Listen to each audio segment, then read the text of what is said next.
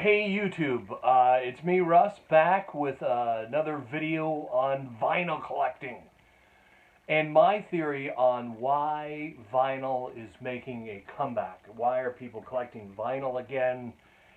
What is up with that? And top 5 reasons today on why vinyl has made a comeback. Not is making a comeback, it has made a comeback here. It's 2019 as this is being recorded, and my top 5 reasons I believe, the theories that I have on why. Because I know some of you may be thinking, vinyl, why is old technology coming back in almost 2020, right?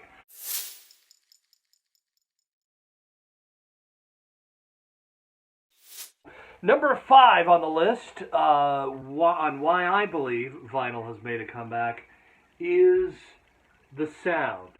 Somewhere in the late 90s, early 2000s, this little company, so-called, called Napster, I believe changed the way music is marketed. All right? The music industry finally woke up to the fact that these, once you put them on digital files, which were on CDs, about the late 80s, early 90s, CDs came out, and that's a digital copy of music. I had a friend who was a Rush fan at the time, and he was like, I'm getting rid of all my vinyl because I need to, you gotta have the high fidelity. You gotta have the best sound. And I think part of the technology that the record industry didn't know they were doing is that they did this, right? People started to really value the high quality sound. Sitting in front of a CD with headphones and hearing it at way better sound quality than you could get on a vinyl record at the time. The problem with that was distribution, and the digital world was encroaching on that value of the sound. It was the sound quality that became more valuable than the recording itself, in my opinion. And so speaking of Rush, this moving pictures Rush, check it out. This one, the liner notes, this is the sleeve, has the lyrics. Modern day warrior, mean stride. Today's Tom Sawyer, mean pride. Right now, there's a lot of audiophiles out there that are arguing that vinyl sounds better than CDs, and some of the new vinyl, it does, at least for the first, 30 to 60 plays of the vinyl record. Yeah, man, there's some good audio quality on today's vinyl. This record here, I bought at a record store, and it is close to, it's over 30 years old, all right? This is Rush Moving Pictures. Moving it back in the sleeve. It's a little tattered, still in pretty good shape, but this is old. The sound, though, there's a little nostalgia to it. A lot of these records have some surface noise. They have a little damage to them, and to me, that's okay. Like I don't mind a little cracky, poppily sounds. I like that's the sound of the old vinyl. Once you've well loved the record, all right, they're going to sound like that. These records have been played multiple times, and because of that, they're going to sound like a well-loved piece of art. So, the sound, I think that is a big part of it. You don't get that sound on a digital download, all right? But that's part of this too. There's some history around why we're here in 2019 with vinyl becoming a thing again.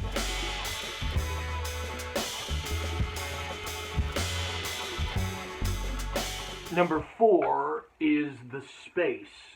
Going into an old record store, or even a new record store that sells old merchandise, is very cool. There's the layout of it. These folks who run these institutions are like museum curators, and you get to look back in time. This is the way people used to go buy music. Like you had to get up, get out of your house, and go to a place where the music was, and you had to shop around for it, and maybe even talk to some of the folks that work there and what they like and what's popular, and compare, styles of music that you may have in common with other people. Talk to the folks that work there, or a lot of times the owners are there, and find out what made them passionate about music and why they are doing this. Fascinating stories you get from some of the folks that work and curate these modern day sound museums. It's a bit of a social experience going to a record store, as well as seeing the artwork on every, you're thumbing through what's there this week, maybe different next week. All right, these people, they get in these records a lot. They buy in old records, God knows from where, but they get the inventory. And every few weeks, I like to check my favorite record stores and see what they have this week.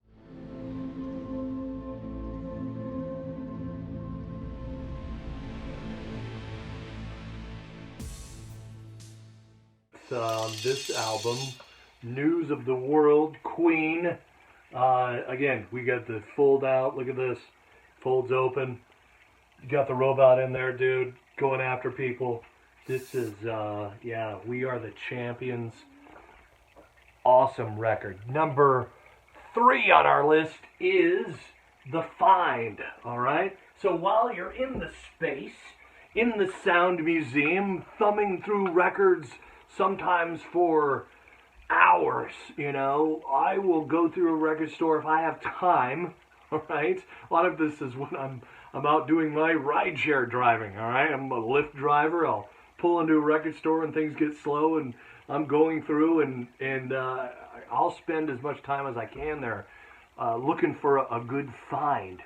This album, all right, that is Guns N' Roses' Appetite for Destruction. I found that for under $10 in a used record store, and I almost peed myself. That was a huge thing to find this record. This is I have stories that go along from my life about listening to that record back in the 80s. So that's part of this too. Number 3 on the list is that you don't get that from, sure, you can listen to a bunch of songs on Spotify or Pandora and do the radio thing, and sometimes I've found some new music like that. But there's something to being in an old record store, and also kind of being able to reflect on how this music has impacted other people. I found Abbey Road for like $5 in a Seattle record store, and it was amazing. It was a great day. It really was. And I've seen things, right, through other people's eyes. Like, there's something to enjoying something that somebody else really enjoys. There was a book by an author who said that. Like, I didn't like jazz music until I really saw someone experiencing and loving jazz music. And that's when he started to like jazz music, right? There's something to that. The Find in the record store is number 3 on the list. Goodbye Yellow Brick Road. This album is like a triple. Look at this. It folds out. It way folds out, and there's all this artwork. There's so many good songs on this record. Saturday Night, It's All Right for Fighting. Right? That song's been covered a bunch of times. That is like, early Elton getting into punk rock. Now, number 2 on my list is music history. Is a piece of music history, all right? This came out in 1973. Elton John was a little bit before my time. And, when I first saw this record, I'm like, I don't know, Elton John, he's wearing a pink jacket, he's got these platform shoes, very 70s, it's Elton John, just whatever. But then, some friends told me about all of this big songs that are on this record. Benny and the Jets. That's on this record. Candle in the Wind was, there she is. This is Norma Jean, all right, Marilyn Monroe. The song was not made for Princess Di, but for Marilyn Monroe. Elton John's book is out, and he talks about how writing that song was a favor to a famous tennis player at the time, and how the remake of the song for Princess Diana, like he felt it was sort of like grief porn or mourning. He sort of, regretted it a little bit, which I found interesting. So again, this is music history you're holding in your hand. Another cool thing about this album is if you find this album without this song in it, all right, it's actually worth more because that song came out in 1977. I think this is a remake of this album. Correct me if I'm wrong in the comments, but the original Goodbye Yellow Brick Road does not include Candle in the Wind. This came out later. The old vinyl is eventually going to go away, and that's another part of this number 4 being music history. It's not going to last forever, and eventually all these old vinyl records will be snatched up, and they're not making them anymore, all right? Sure, they're making new ones with the newer technology, the heavier record, but these will be antiques one day. So it's something to keep in mind. Music history is in some of these old record stores, and it's not going to last forever. And speaking of music history, one of the largest companies that sells records, right? When I say records in this description, I would be counting digital recordings. Anything that's a recording is considered record, right?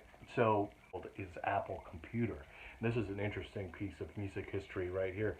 This is the Beatles self-titled. All you can see is like raised text right here. It says the Beatles. It's self-titled.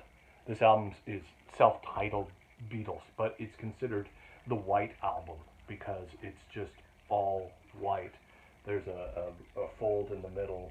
You got the guys here and the songs here.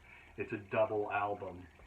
And one of the cool things about this album is that this piece of artwork inspired the logo for Apple Computer. So here's a piece of artwork that's inside, that's on, right? Each side, it's Apple Records from the UK. And Apple Records, that logo that's on the back of your iPhone, was inspired by this image. And they named the company Apple. This was in Steve Jobs' biography.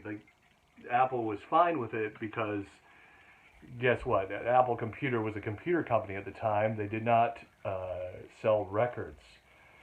Well, now they do, and they had to pay Apple Records a considerable lump sum of money for this image and the name Apple.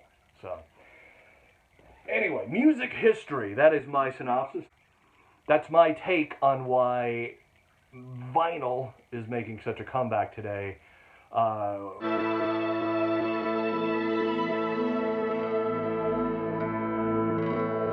1 on my list, it encompasses all of them, all right? The sound, the space, the find, the music history, all of this is in number 1, which is the artistry. That's why vinyl's made a comeback. About the late 80s, early 90s, CDs came out, and that's a digital copy of music. And sure, they're a little disc like this, and they went in a box. And there's some artwork, and you can open this up and unfold it, and there's some stuff going on. So as a result of the music industry valuing audio quality over artwork, this is kind of what happened. The music industry figured, well, people really like the quality of audio that's coming from the recordings that we're producing. So the recording industry finally had to market things digitally, and iTunes started, marketing music. Sure, they had to lower their price. Companies like Spotify came along, Pandora, and music became digital. It also became kind of out there in the clouds, right? Maybe you got a little thumbnail piece of artwork on your smartphone or your iPod or your tablet to look at while you listen to the music, but that was about it. Music became digital. It became ether. It became out there in the clouds. And when that happened, there was less artwork. Aerosmith, Done with Mirrors. I actually saw Aerosmith when this album was released. It was a comeback album. They had not toured for a while. A lot of the guys went through rehab and came back together and made this record. It was a great tour. There's the guys right there. This record, this is really cool. The Done with Mirrors album, it's backwards. Isn't that cool? Like all of the letters, it's backwards, right? It's written backwards. It's a backwards print, which is really cool. Done with Mirrors, right? That's something, again, something you're not going to find on an MP3. All right, there was less of something to hold in your hand, and that's why I believe vinyl has made a comeback. And sure, you could argue, and there's audiophiles out there that would argue that some of the new vinyl is really, really good audio quality. And sure, I would agree with that. If you want to spend $30 for a vinyl record, go for it. You can have some really good audio quality. I have a few new records myself. AC/DC, Highway to Hell. This is a new album, all right? My wife got this for me. My lovely wife bought this for me as a gift. Again, we have artwork, and this record is CD quality sound, all right, on a high-tech record player, and it's heavy, all right. This is 150 grams. There's probably twice the vinyl in one of these new records as there was in a lot of the old ones. A lot more durable at this weight. Some of the newer technology in vinyl. Another newly purchased album in my collection is Metallica's Hardwired to Self-Destruct. Again, heavy records. This one was, again, the fold out. This one was purchased by my awesome daughter, who got this for me, I believe, for my birthday. And another cool thing, I got the lyrics and every song on there. There's the, yeah. Again, 150 grams, liner notes, all right, and a sleeve. Another cool thing about the technology is once a band has the wherewithal to publish their own music, they can also not have to deal with the greedy record companies. And we've all heard these stories over the years of artists who've been screwed by the extremely greedy capitalistic record companies.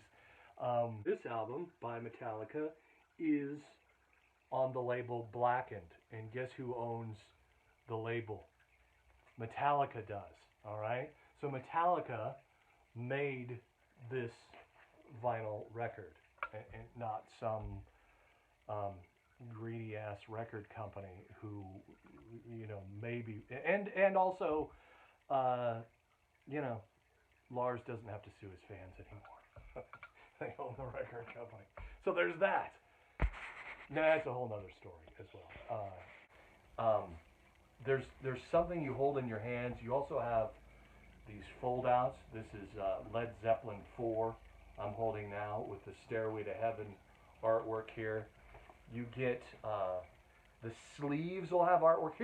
If you see this in a record store, grab it right away, by the way. It doesn't say Led Zeppelin on it anywhere, right? This is Led Zeppelin 4. This is a very sought after piece of music history, I'll call it, all right? Vinyl record. Also, you get a sleeve, right? You get liner notes. it's another piece of artwork. All right, Led Zeppelin 4, people, right there. See that? A list of songs, and that. Again, more artwork, more of holding the music in your hand. If I put this album on, which I won't do because of copyright on YouTube, but I don't want to. All right, I want you to go out and experience this music for yourself. That's another thing. But if I put this record on, it's going to have some pops and surface noise on it. Why? Because it's 40 years old, and I got it out of an old record store. Again, this is a piece of music history. These old pieces, I'll call them, much like you would call artwork, are going to sound not always so like the music you're going to hear on Spotify. And if you want that kind of audio quality, amazingly, technologically, that's pretty cheap right now. But it's the artwork, I think, that we've been missing, and that's why vinyl is making a comeback. I wanted to show you another Led Zeppelin album that's really cool. This is Led Zeppelin 3, and it has, again, we have the fold-out kind of centerfold kind of thing going on, and it also has this cool little like kaleidoscope thing on the side right here. See that? Check this out. So you spin it, and the images inside the whole circle spin. This is Led Zeppelin 3, man. You don't, this is things you don't get with a CD or with a digital download. George Thorogood, Bad to the Bone, all right, from the 80s. It was probably his biggest hit.